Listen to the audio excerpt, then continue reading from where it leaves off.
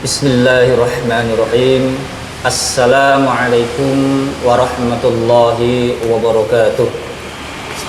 Alhamdulillahilladzi arsala rasulahu bil huda wa dinil haqq yudhhirahu 'alad dini kullihi wa kafa billahi shahida.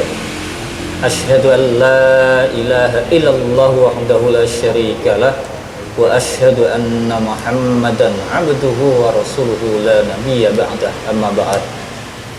Para pemirsa, Bapak, Ibu, dan saudara sekalian yang dirahmati Allah Subhanahu wa taala. Alhamdulillah, segala puji hanya milik Allah Subhanahu wa taala. Mari senantiasa kita bersyukur atas segala nikmat yang telah kita terima ini. Dan mudah-mudahan kita senantiasa menjadi orang yang pandai mensyukuri nikmat Allah Subhanahu wa taala. Wa may yashkur fa innama yashkuru li nafsihi wa man kafara fa innallaha ghaniyyun hamid.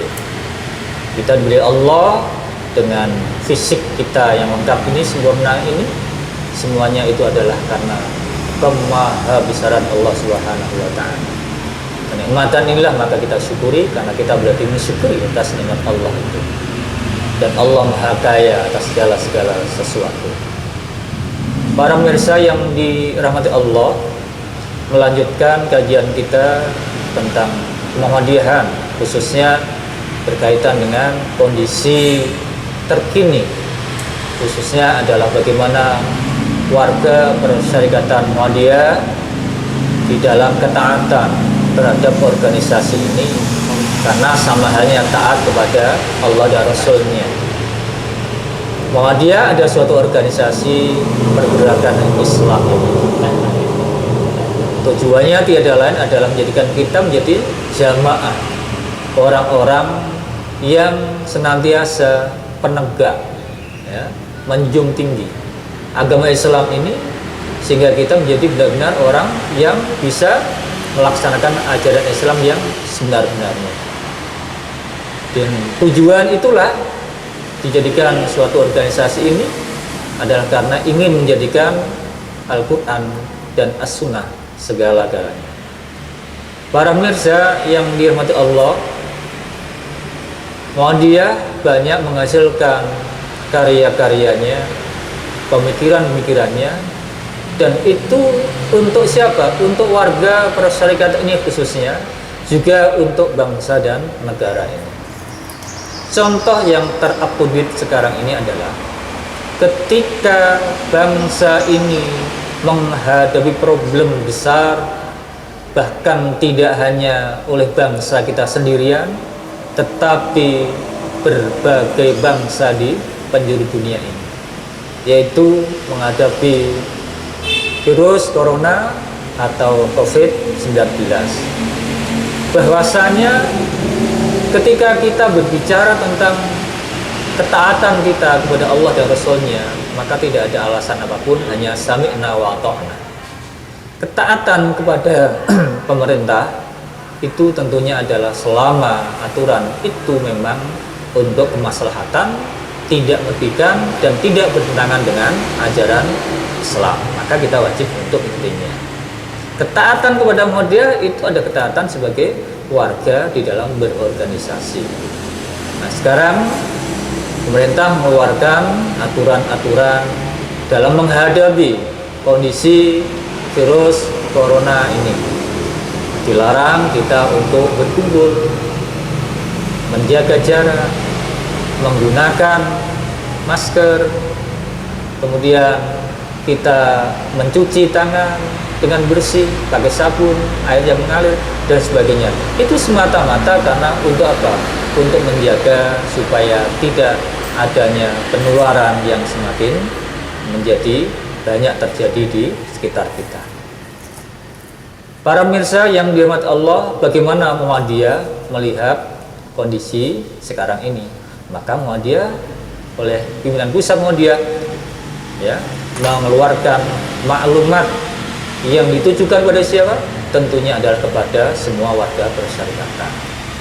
Dan maklumat itu ditegaskan kembali, yaitu keluarnya surat edaran nomor 3 tahun 2020 Bagaimana tentang tata cara beribadah ya, dalam kondisi darurat COVID-19, menguatkan apa yang sudah dihasilkan dari pemikiran para ulama-ulama kita yang ada di Majelis Tarjih dan Tajdid Pimpinan Pusat Muhammadiyah.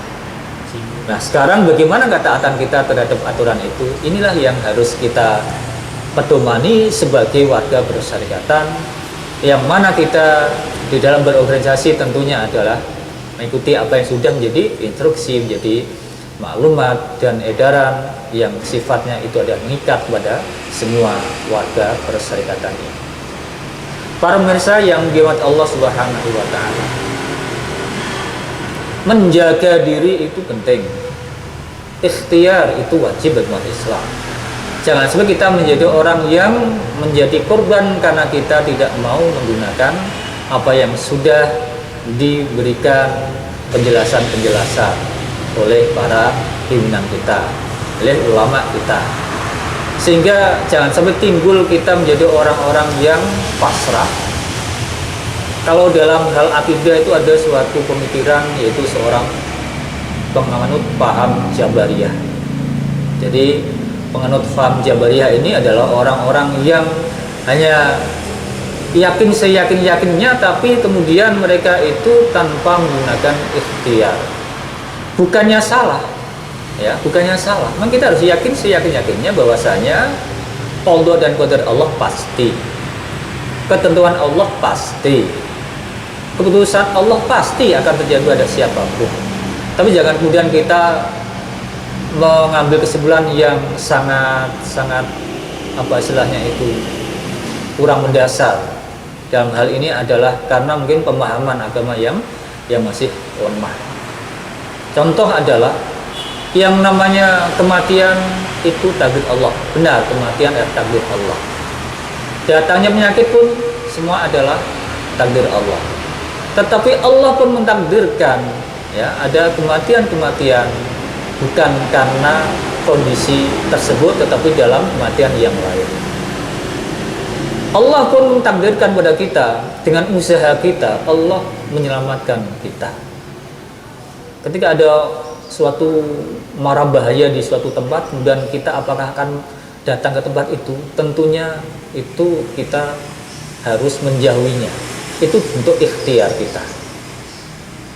Para pemirsa yang dirahmati Allah Subhanahu wa taala, jadi pemikiran kita mestinya adalah ikhtiar, sabar, baru tawakal. Jadi ikhtiar, sabar, tawakal. Muhammadiyah memberikan solusi. Ikhtiarnya apa? Ikhtiarnya contoh adalah dalam kondisi darurat inilah maka sholat Jumat yang wajib harus dikerjakan oleh orang Islam yang sudah mukallaf, baik yang mereka sudah dewasa, sudah punya pemikiran yang wajib melaksanakan bagi seorang laki-laki. Kemudian dalam kondisi tertentu mereka boleh tidak melaksanakannya. Karena apa? Mungkin karena musafir, mungkin karena sakit, dan sekarang ini adalah kondisinya karena memang kondisi sedang terjadi wabah, dan wabah itu terjadi akan semakin sulit kendalikan ketika banyak umat manusia bergerombol, berkumpul berjamaah, sholat berjamaah, sholat Jumat, kajian-kajian, berkumpul orang-orang banyak, itu membahayakan. Dan karena itulah menjaga diri kita dari sesuatu yang berbahaya, maka itu diutamakan. Dan Muhammadiyah akhirnya memberikan suatu pedoman dan memberikan suatu aturan, dan kemudian itu diterjemahkan oleh para warga persyarikatan ini. Maka sholat Jumat diganti dengan sholat zuhur di rumah masing-masing.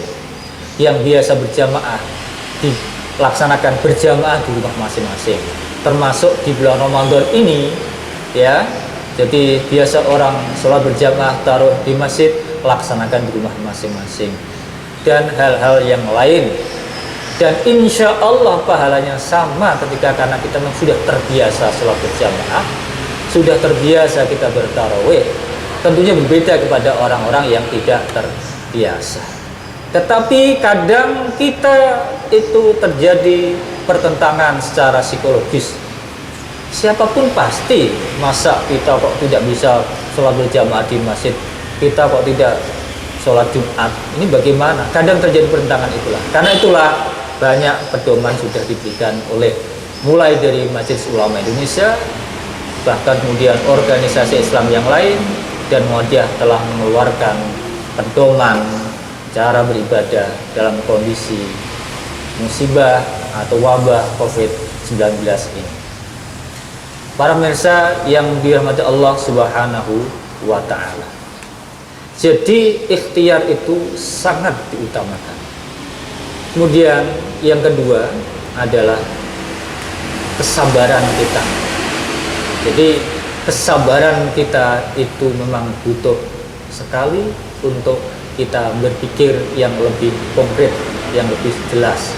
Bagaimana tidak kalau kita tidak sabar, maka yang terjadi adalah kita gerusa-gerusu, maka akan terjadi pada diri kita menjadi lemah.